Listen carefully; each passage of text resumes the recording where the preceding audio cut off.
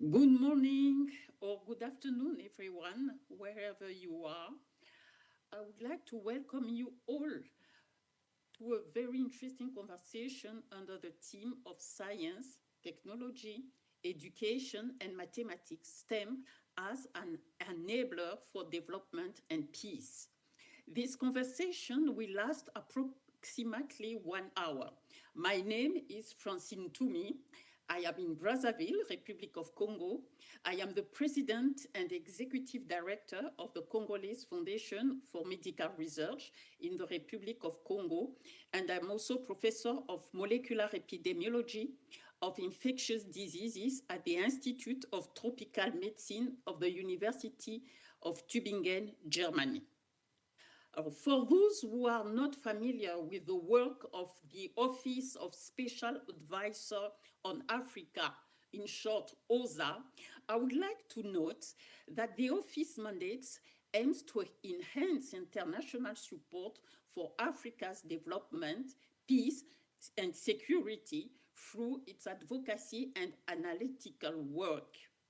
To fulfill this mandate, OSA has established an African knowledge network consisting of eminent African experts who can be key players in researching and proposing tailored, practical, and country-specific and evidence-based recommendations and inputs to policymakers in view of promoting the 2030 Agenda for Sustainable Development and African Union Agenda 2063.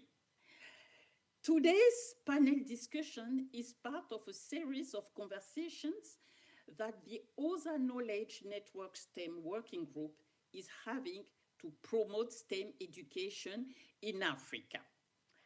The objective of today's conversation is to provide a valuable discussion and create awareness of the need for capacity building of STEM professionals in Africa.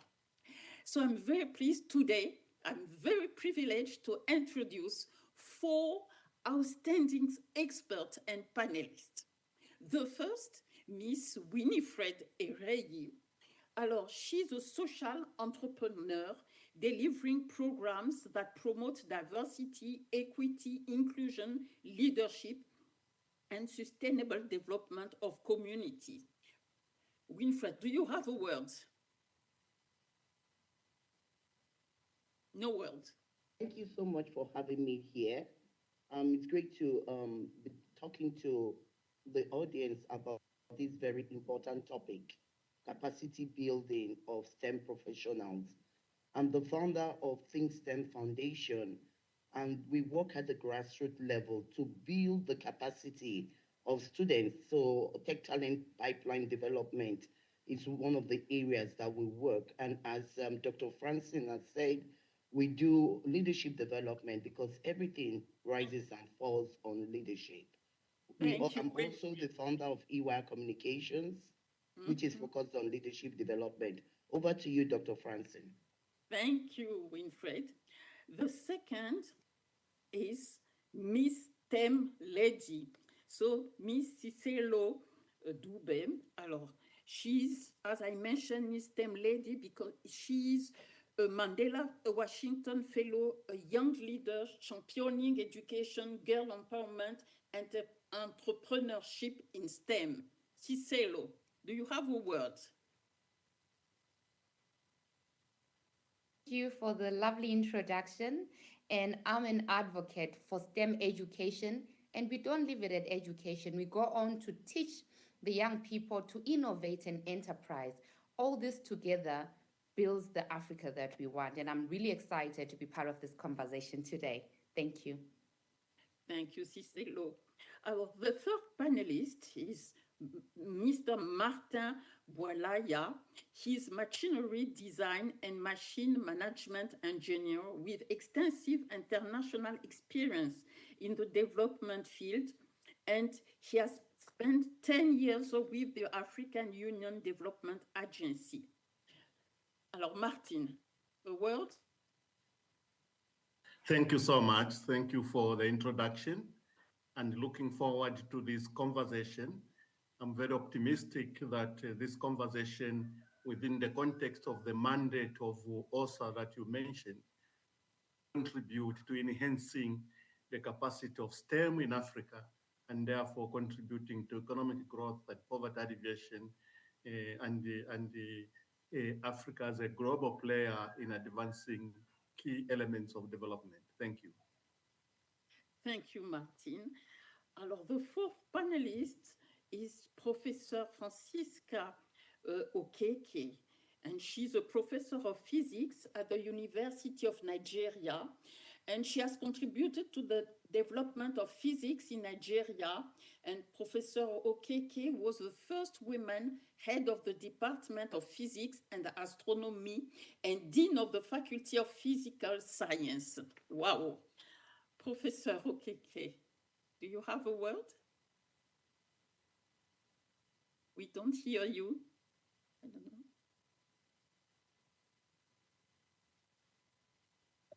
I don't. Sorry very much. Are you hearing me now? Yes, yes, yes. Thank you very much. I say I'm very happy and privileged to take part in this discussion. By the end of the discussion, we should have known what gaps and challenges we have in trying to drive STEM home to Africa, because I have mentored some of these women and girls in STEM. So thank you for having me here, for calling me to take part in this discussion. Thank you very much. Thank you. So now, with our four panelists, we need to set the stage of the situation. So my first question goes to all panelists. What are the gaps and the challenges in the capacity building of STEM professionals in Africa? I will start with you, Martin. We don't hear you.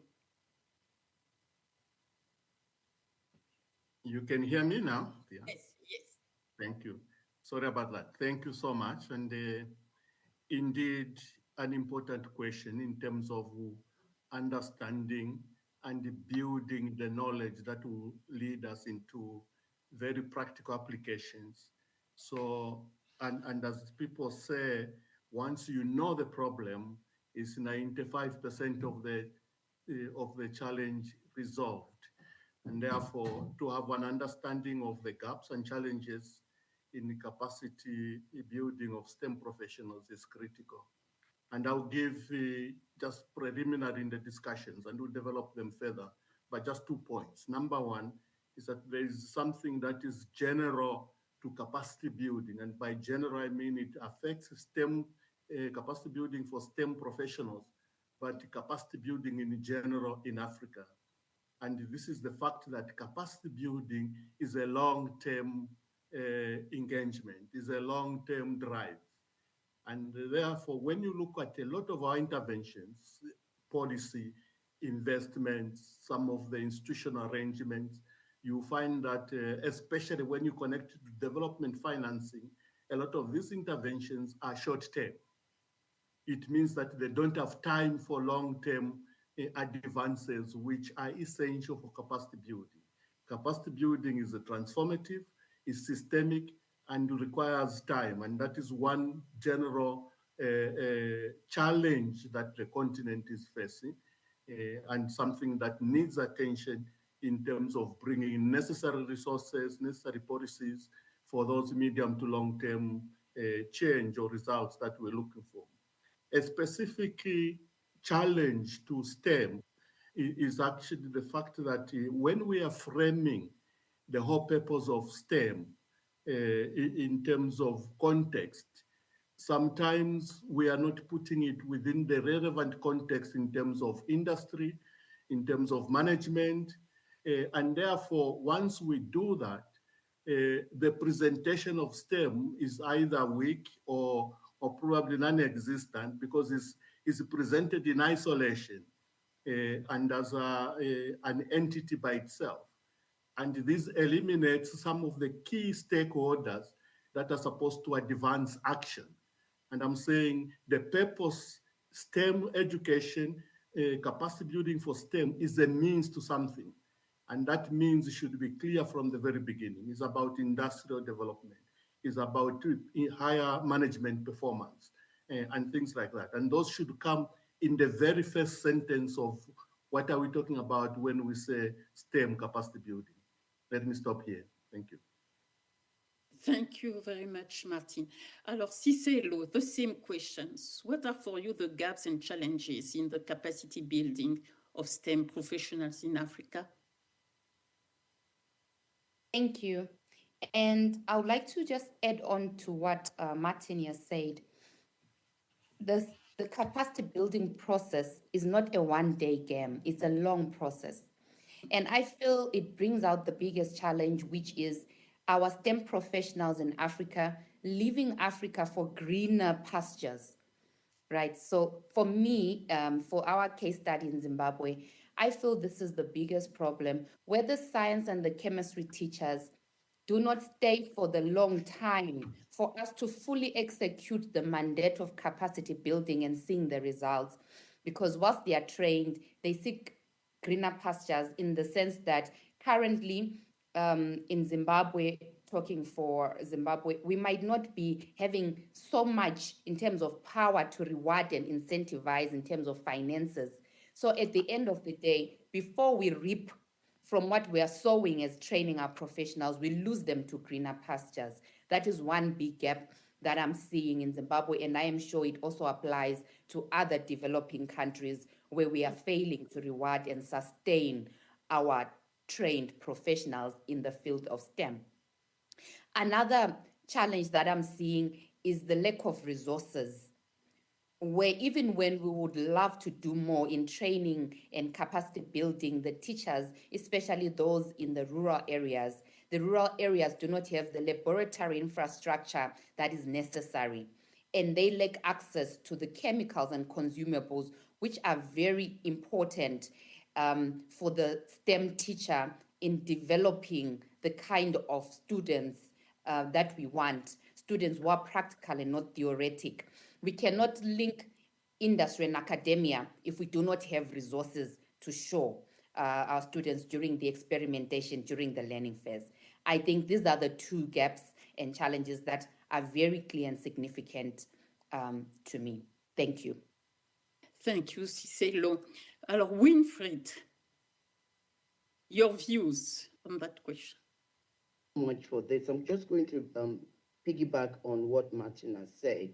My passion is leadership development. I believe everything, right, is and falls on leadership development, and that's why my organization, EY Communication, does a lot of leadership development. Martin has alluded to the fact that capacity building is a long-term game, and no matter where you are, you still have to continue to develop your capacity.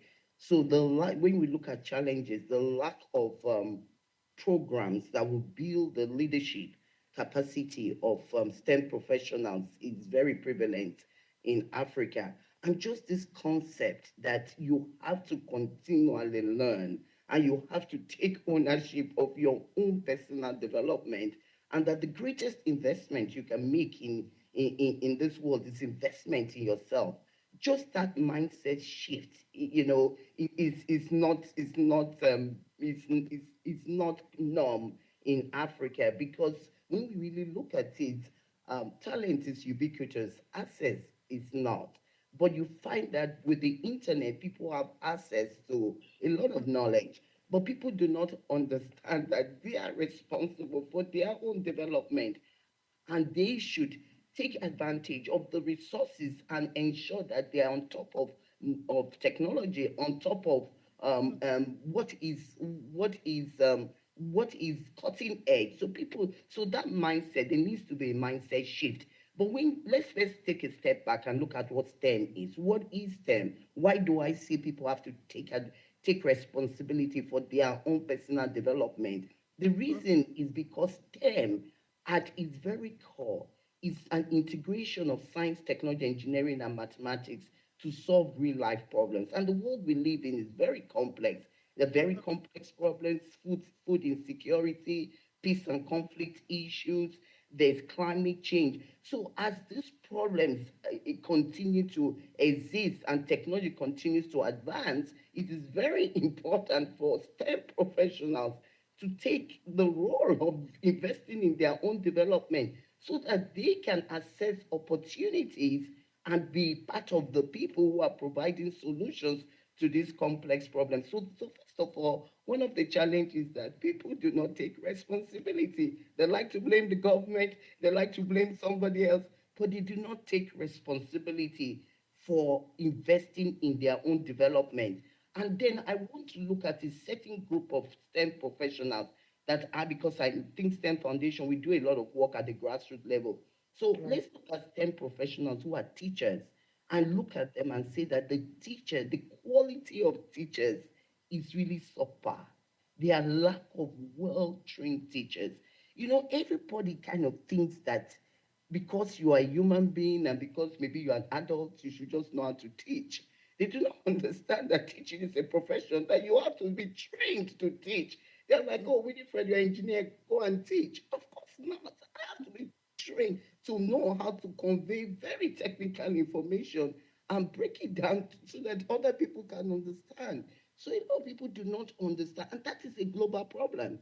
That is not just an African problem.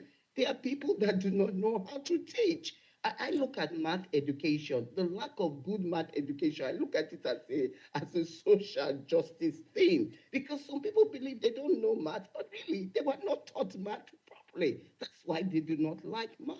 So people do not value teacher education. And so that is why there is subpar trained teachers. Now, if you do not train the teachers properly, how can you have STEM professionals that have the right capacity to go and solve problems? That's why you have to understand that STEM is about solving problems. STEM is not about science. STEM is not about chemistry or physics or maths or individually. STEM is about solving problems. So we need well-trained teachers right at the grassroots level. Teachers that go to teacher training education, STEM teacher, and they are taught how to, they have the core skills. They know how to manage a classroom. They know how to create curriculum. So the next challenge is, please don't cut me, I have to get this point. The next challenge is lack of curriculum. The curriculum that people have, it is the curriculum for the first industrial revolution or second industrial. Even the teaching methodology, the pedagogy is so wrong. They teach as if the children should go and manufacture, should be in a factory line and just putting buttons together to create products. They do not teach students to be creative and innovative in their thinking. So they do not, so the whole pedagogy needs to change. They need hands-on. They need to be able to get a problem and challenge the students to come up with a solution, to put things together, to use raw materials that is out in their community to create problems, to create solutions, not problems. We have enough problems. That's why when I do my outreach, my outreach, our outreach is always a project. We just did an outreach in Nigeria on International Day of the Girl Child, where the students had to build a circuit board.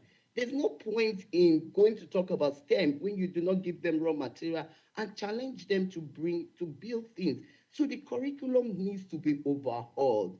The curriculum is outdated and there's lack of access to educational resources. There's lack of infrastructure. But the beginning problem is that you have to get the mindset right. Like Thank you. like Martin said, it's a long game, but nobody's going to spoon feed you. You have to take, no matter what type of STEM professional you are, whether you are a teacher, whether you are an engineer, whatever spectrum you fall in, you have to take responsibility. You have to be hungry for the continuous development, and you have to understand that teaching is an art. It's not a science. Yes. You have to meet students where they are. So those are the professionals I'm really concerned about, teachers. Thank you. I hand it over to you, Dr. Francine. Thank you very much, Winfred. Now, we would like to listen to Francisca. What are your views on these gaps and challenges? Okay, thank you very much. I've listened to everybody. Winifred mentioned about teachers. I had in mind because that's where everything starts. I taught in secondary school for 9 years before I joined the university. even if we are talking about trained teachers, there are trained teachers and qualified teachers. But the question is, how many of the trained teachers and the qualified teachers are committed to their duty? Because we give what we have, not what we don't have. If you have love for your respective STEM subject, science, mathematics, engineering, physics, what have you, you will be committed. And when you are committed, because it starts from even elementary school, secondary school, through secondary school, then to the university. But we are concentrating on the university, forgetting that we must have to build the basis. And what is that basis? You start from the scratch. And why I am saying this is that some of the teachers, even the so-called trained teachers, you name them, kill these subjects by scaring the students when they're in class. I've been witness to some of them. They will start by telling you that, particularly physics, mathematics. Do you think that this subject is something you just ride over? No, it's very difficult. When a teacher tells a student that this is very difficult, what do you expect the student to achieve at the end? So we start killing the stem from what we have, what we are teaching. So when I now say train teachers and then qualified teachers, I need to add committed teachers, devoted teachers that love the STEM subject. Because when you love it, you protect it. And that is what I say. And when you love it and protect it, you see some of them coming up with some interest you will not envisage. And they come out flying with flying colors. I know when I was in Namibia, I was giving this talk about STEM. I know what the president called me to their house and said, can you help us train these teachers? We need to train the teachers, not training them per se in school, but workshops, direct them, let them know what to dish out to these students because they are building them. If you don't build them, you destroy them. So apart from that, we also notice that, and then if we don't have teachers and the students that come up with this subject, the subject gradually, the STEM is gradually dying off. No matter how we want to look at it. No, we need that. And then what factors will influence this? Our policy. The policy makers do not involve teachers, STEM educators, and what have you, in drawing their policy. So when they make this, even though you draw the curriculum and give them, they will deviate. And when they make this policy that doesn't favor STEM, what do we try to achieve? No matter how you try to achieve it, it will not work. So I think that we look into the policy. The policy makers must have to organize and then involve the STEM educators or teachers or whatever in drawing their policy for it to be meaningful, so that even that curriculum will be implemented. Because we have had so many wonderful ideas about changing our curriculum, and that we did, but implementation has always eluded us, and we are back to square one. So that is the challenges. We have talked about inadequate funding. When I say inadequate funding, is an understatement. Some don't even fund at all because African government, I don't know about other Africa, but I've been to so many African countries. But in my country, they want to put food straight on the table without suffering. They don't want to go into that wriggling and then coming at last. That is why we don't use our research output, because nobody uses. They don't want. They say, how many years will this take? No, we don't want it. We want something that will be quick. That is why they buy technology, telling people that have now developed their own satellite. It's a lie. We have to start from the scratch, utilize our research product, and make sure that it suits the societal need. Now, when we are talking about, I give you an example in physics, they will tell you London Bridge and that one and that one and Tulsa. We have not seen it when we are there. We'll be thinking, imagining, how does this thing look? But if you use your local available resource material, that the children will embrace it, because these are the things they have been seeing. And that is why when we are going from school to school, we want to introduce meter bridge using our plank, using our wire, using our local resources. And by so doing, you don't need to do much emphasis for them to have interest, because these are the things that are available around them. Don't tell them about sugar tongue when you can pick a sugar with with fingers. They don't know, they haven't seen it. They have not been to London to think about how London Bridge. Talk about the bridge that is very close to your house, and they will take them to excursion there. They will internalize this. So there are so many things. Environment, we say, influences learning. But come to our academic environment, right from secondary school to whatever, we study in dilapidated structure, and we expect the children to do much because it starts from the scratch. But then, when you travel abroad, you see the environment they are learning. Don't you think that influences their learning? And that is why when you send any of them out, they do better than all of them. So we know we have to start thinking of what to do to improve our environment, encourage the government to honor and then implement these research results by researchers and by scientists. Let them not put it under the table because they want to take 20% and then throw other ones away. We have a lot of problems to solve. Let me stop here. Please. Thank you, Francisca. I know you are passionate and you want to share your experience and so on. We are very grateful. So we continue the discussion with Martin because you said, okay, long-term engagement, needs of more resources, but what issues or aspects should national or subnational governments be focusing on to augment efforts in strengthening the capacities of STEM professionals? We don't hear you. Thank you so much for that question.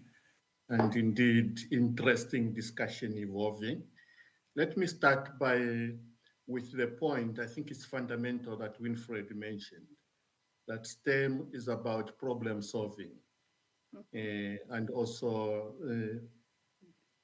Francisca has mentioned the issue of implementation, and I'm going to connect those two elements in my submission. The first point, and ultimately, yes, I want to address what should governments, national level, subnational level, but also the global regional institutions be doing to augment, to foster increased, accelerated capacity building for STEM professionals. So my first point is that when you want to get implementation, and right implementation, and I'm talking about implementation that is generating systemic results over time, the first issue to recognize is that there are many constituencies that are implicated in the success of capacity building for STEM professionals. Now, some of these constituencies and interest groups that are implicated, that will have to do something for the success to happen, actually would not be interested in STEM per se. STEM is not their agenda. STEM is not their primary interest. But we know that from where they sit and from their own purpose and interests, they are actually critical players in the success of STEM. And what does that mean? It means that for those of us that are actually fostering and pursuing capacity building in STEM, we need to appreciate that we need to justify STEM beyond just the means. It has to connect, as my colleagues were mentioning, it has to connect to issues that matter for these constituencies. Is it food security and food systems, climate change? It has to connect into industry, manufacturing, energy. It has to connect into job creation, into entrepreneurship, healthcare. And those are things that when you come to me and you are selling STEM, and I'm talking about even investors, even policy making, and you come and say STEM is important, I'll agree with you and the topic finishes. But when you say STEM is critical for enhancing food systems in this country, if I'm an agriculturist, if I'm a government, then I sit up and say, what do we do? And we get a conversation that goes much, much further. This is now important that when we come to subnational level, and I want to emphasize that in Africa, we actually have underlooked or underestimated the power of sub-national level institutions, decentralized governments, and those players. At the end of the day, they are actually the front soldiers. They are the foot soldiers in terms of making things happen.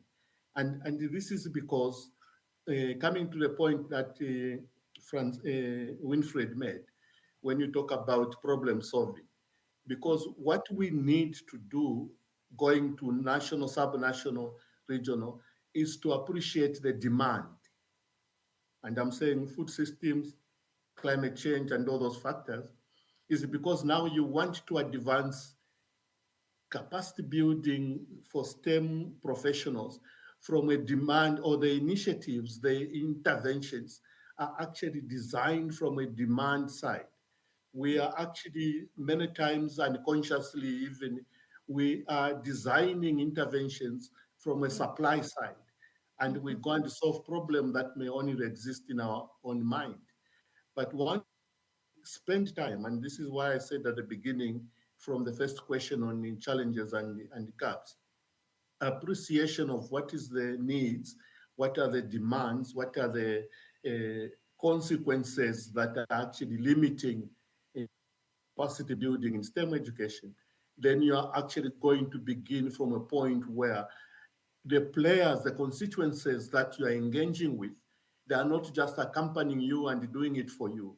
They are doing it for themselves. You actually can go away, they will pick up that, and that will lead to real implementation, both in terms of investments, in terms of policy change, in terms of capacity, including, as colleagues are saying, do you have the right teachers?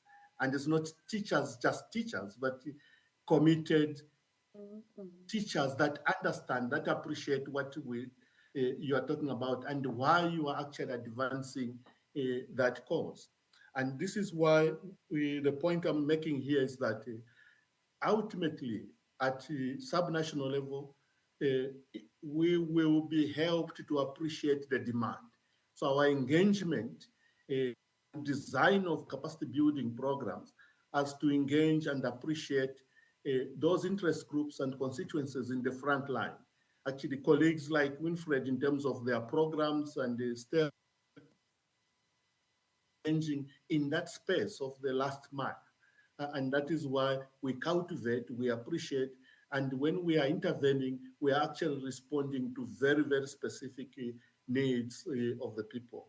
And what we then need to do, and this is my further point, is that once we are cultivating that demand in the subnational, national level, then we need to cascade that into the global regional space in terms of mobilization of policy, in terms of mobilization of opinion, including public opinion, in terms of mobilization of knowledge, information, and actually, therefore, a social capital that will come up as a pressure to foster increase and accelerated implementation.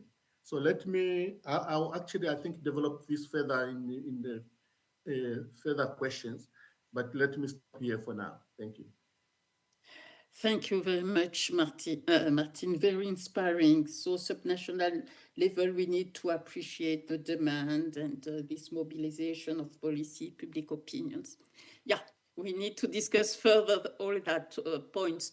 Cicelo, you have funded a biotech to grow young scientists, and you are very active. But what needs to be done in terms of capacity building of STEM professionals to meet the sustainable goals, development goals, and Agenda 2063?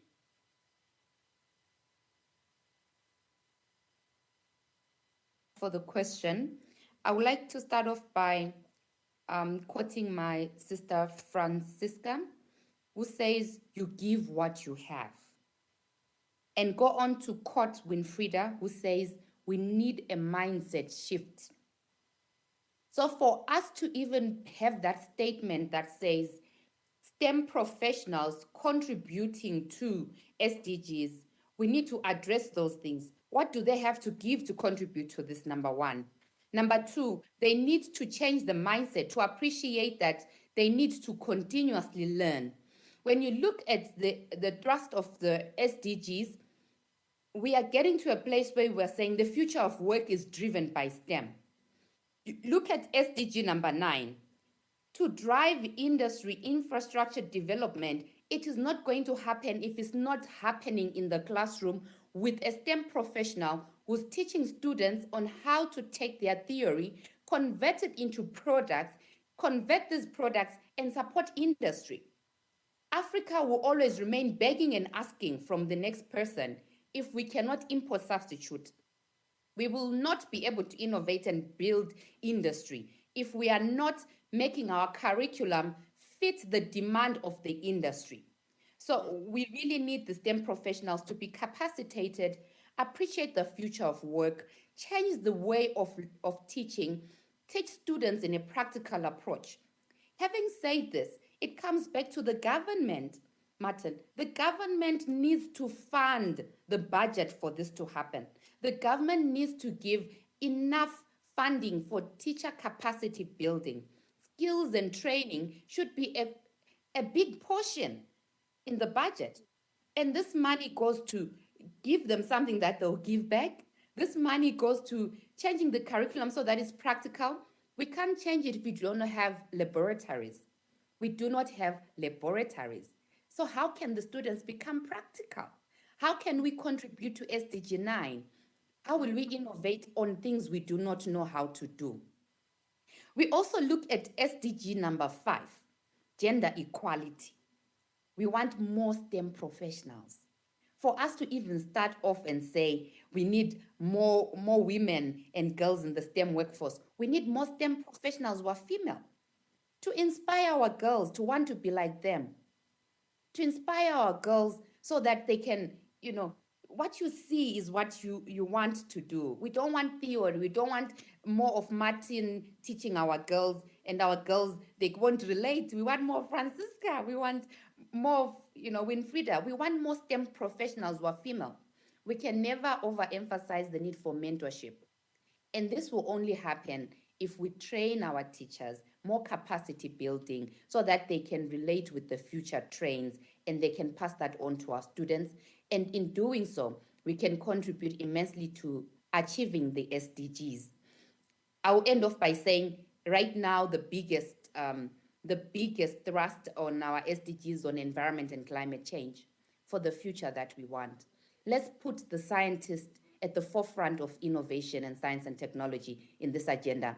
This means we need to capacitate the science teacher so that they know what are the trends and what is going on. Thank you. Thank you, Cicelo. Alors, Francisca, the same question. You are professor of physics at the University of Nigeria. What needs to be done in terms of capacity building to meet SDGs goals and Agenda 2063?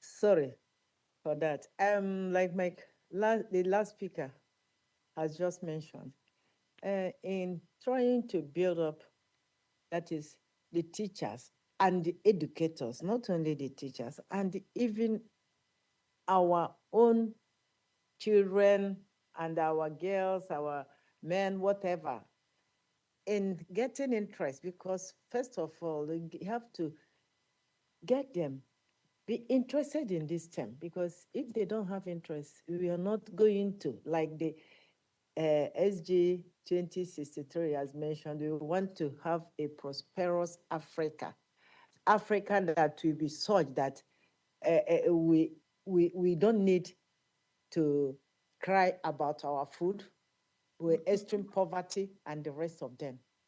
We need to have what we call the practical aspect of. Please, are you hearing me? Yes. I don't think that we have lost. Hello? Yes, we hear you. It is from our side. We hear you. I don't think they're hearing. We hear you, God. Francisca. Sorry, I We think hear we you. lost. Eh? We Oh, hear good. you.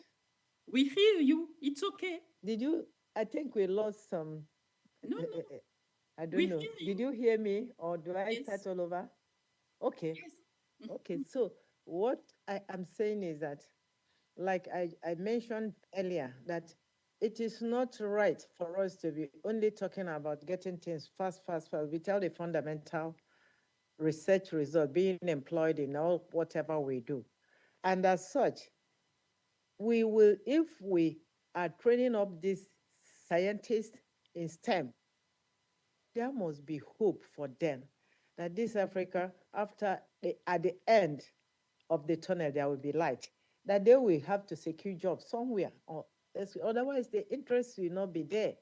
And that is what we are trying, one of the agenda of the SG Gold of Africa UN to 2063. What what will make it possible? Is it just to theorize it? Because if we continue to theorize, then it is only a concept. It's not come to a reality. So how do we make these strategies and the suggestions and whatever come to reality? It is by doing more of practical work, not theoretical work. Because doing is mastering, seeing is believing. As they come to do this, as we have this workshop, even outside the school workshop, training, and all sorts of manipulating with our local available wires, whatever, to produce even common light. The children are interested in that. They can do that. From there now, they graduate to doing more things about technology and science and technology.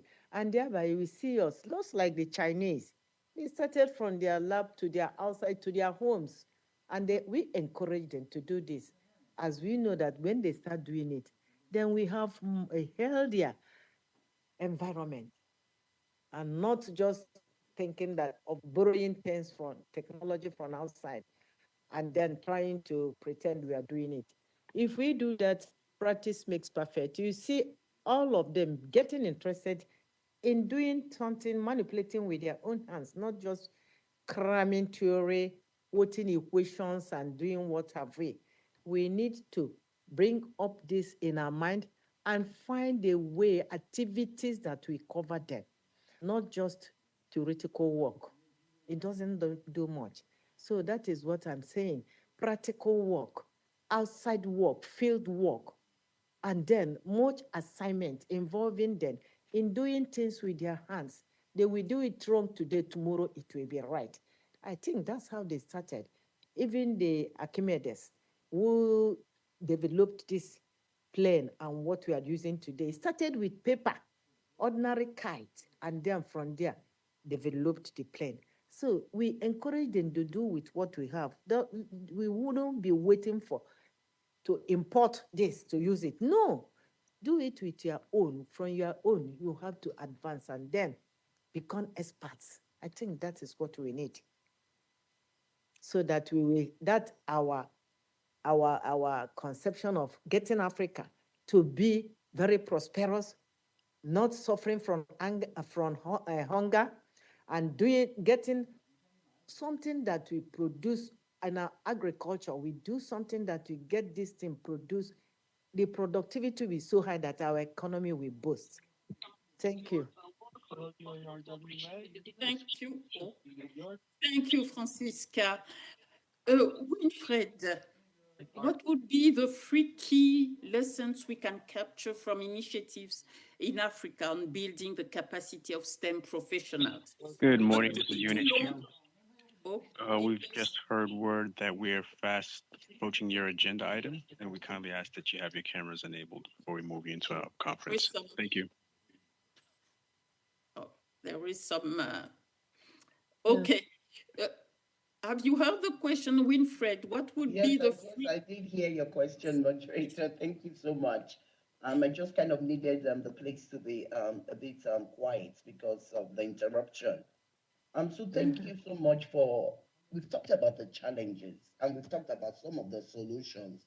So in talking about the solutions, we looked at it both from the governmental And we kind of looked at it maybe also from the state level. So Martin talked about the regional level, we talked about the national level, and we kind of looked also at really the local level, looking at building the capacity of teachers, at the local level, doing practical, hands-on, teachers who are already committed to teaching.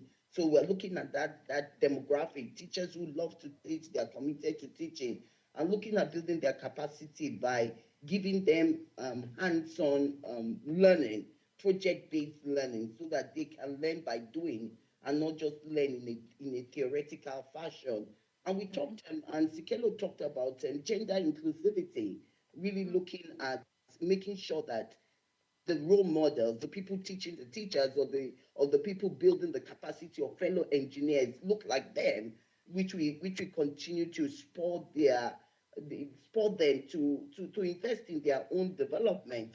I think one of the things that we've not really talked about is really this collaboration on an international level. It is vitally important that the international community, because we talked about one of the challenges is access to funding. So it's very important that the international community has a stake in this game. Africa has the youngest population in the world. It is vitally important that that population is upskilled so that they can take advantage of the opportunities in the fourth industrial revolution. So it's vitally important that the international community partners, with this whole program, with the programs that governments or NGOs are doing, because a lot of these international communities are international partners. They are actually in Africa taking advantage of the minerals and using it for the development of their country. So they have to give back. They have to use their CSR dollars, their corporate sustainability dollars to give back and be involved in this whole solution, and make sure that there's access to funding, make sure there's knowledge transfer. I believe that Martin alluded to that too. I just wanted to reinforce this, that everybody has a seat at the table in this whole capacity building. Nobody's exempt. And we are talking of STEM professionals. We're not talking of the students. We're talking of the people who are already trained. We're talking about building their capacity for that so that they can be more to do more. So it's very important that the international community provides funding, access to funding, partners with these organizations, with NGOs that are doing amazing work and trying and really doing work at the grassroots level. So these international partners, they have to partner with them. They have to. It's we would like them, not they have to. Nobody has to do anything. We would like them. Let me change my my statement. We would like them to provide funding, provide knowledge transfer, and long term. Martin talked about the long term game, and provide expertise. Another thing that is important is create. One of the lessons that we have seen is that there is a lot of hunger out there. One of my partners is 1 million teachers. And the guy that started 1 million teachers, Akin Suber, he started it because he didn't have a stable teacher to teach his children. And he had this vision that he was going to build the capacity of 1 million teachers in Africa. And he has gotten international partners. And they have worked across 12 countries so far. There is a 7-year organization. They have built the capacity of 50,000 teachers. And one of the lessons that has worked, that he has shared with me, is that the teachers are hungry. People are hungry for knowledge, but there are so many barriers. They have a platform, a tech platform, but just to be able to access the knowledge, people do not even have the funding. That is why they don't have the money to even access basic programs. They do not have the money. In order for them, I talked earlier on about the internet is there, knowledge is available. But you need access. You need not just infrastructure, you need to be able to pay for the Wi-Fi so that you can access that knowledge. And a lot of people who are hungry for knowledge, who will take responsibility for their own development, they do not have money. So when you make this ecosystem available, you've got to make sure there's stipend for these teachers and for these professionals, not just teachers. Now I'm talking on a broad range. I'm talking of all step professionals. When you create the platform to build their capacity, you've got to provide funding, access to resources, so that they can access that platform. So that's one of the things that we have learned, that that talent is everywhere in the rural areas. According to Hakim Suba, 1 million teachers, he said those teachers are even hungrier. That despite all the obstacles and the harshness of their environment, these are the teachers that end up getting what he calls the black belt. They are the high performing teachers. So the market is out there, but there's access. It needs funding. That is why I said it's so important to have international partnership. And it's also important, and I can't remember who said so, where you are compensating people. They're human beings. There's something called psychology. You're compensating people for developing their capacity because they're impacting your community by giving scholarships. You want to give scholarships, you want to give fellowships where they are, where they are um, getting connected to people in the global community and able to access knowledge at that level. So you want to be able to say, hey, go to University of Cambridge for 1 year for further training. So scholarships and fellowships are important. That's the second lesson, is that they are hungry. You have to give them access to be able to even access whatever ecosystem you've created. Another thing is that you've got to continue to spark that curiosity, spark that hunger that they have, by telling them that what if you are innovative, you have all these competitions, the teacher that wins the competition or the engineer that solves the problem gets a fellowship to go somewhere for professional development. That continues to spark innovation, because we cannot remove the human from the whole STEM equation. At the end of the day, you have human beings who are creating the solutions. And we've already talked about gender inclusivity. That is another lesson that we've learned. The world that we have today, 78% of the world population is in terms of STEM professionals, they are male, and 22% are female. So it's very important that when you are building the capacity of a female professional is different from building the capacity of a male professional. Gender inclusivity has to be at the core of the program. One of the things 1 million teachers did in order to solve this problem is that they partnered with Girl Rising. And Girl Rising is focused on the female professionals, the female teachers. And one of the lessons that they learned is that females love to learn together. Because they are typically, I was one of four in my whole engineering class over 5 years, and all throughout my career, I've always been the token female and black female. So We have so five I minutes don't have left. 5 minutes. 5 minutes. Okay, so let me just summarize that. Gender inclusivity is important, and you need an entrepreneurial ecosystem. You need to be able to build the capacity of startups, 10 professionals who have startups. You need to be able to mentor them, give them access to funding, create ecosystems where they learn together, and then support them. And you have to have monitoring and evaluation for their programs. I'm done speaking. Over to you. Thank you very much. It remains only 5 minutes. So, Martin, just a key action, very briefly. We just have 5 minutes to go. So, Martin, what would be a key action take home message from you? Very short but strong. Yeah, thank you. Actually, just 3 points. Number one is, you can hear me? Yeah. Yes, Number yes. one is, as we said, we have to go to demand led. And us in the STEM profession, in the STEM constituencies, and other constituencies, including OSA, UN, governments at national and regional level, we need to look at and answer the question, how is STEM capacity positioning itself to deal with the problems the continent has, including climate change, including issue of accelerating industrialization, looking at food systems, just to mention a few. And remember, actually, the UN has stated that Africa needs to be creating at least 18 million jobs annually between now and 2035. and STEM can play a critical role in that, and ensuring that that 18 million is not just numbers, but is actually capacity to enhance economic growth and development. That's number one. Number two is the issue of funding, and colleagues have emphasized that. But I want to add that STEM capacity is not a charity case to pour money into. It can generate financing. What we're asking for is actually public financing, which is catalytic, which has to lead the way. And as more capacity is emerging, the deployment of STEM capacity will generate financing for STEM itself, but also for the economy. And lastly, my colleague mentioned the issue of curriculum. There has to be, these are areas where actually government should take lead, because it's not just financing. Its financing is important, but it's also policy that allows curriculum, and it's not just, as colleagues have been saying, curriculum in the universities, in the colleges, but it is also curriculum for job of training on the job, the mentoring that colleagues have mentioned.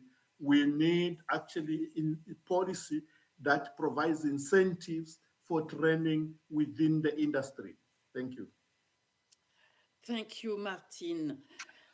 I think at this stage we just have 3 minutes to go. So I think everything has been said: practical work, field work, and gender inclusivity. People are hungry of knowledge. That's nice. To transform the ecosystem, and funding.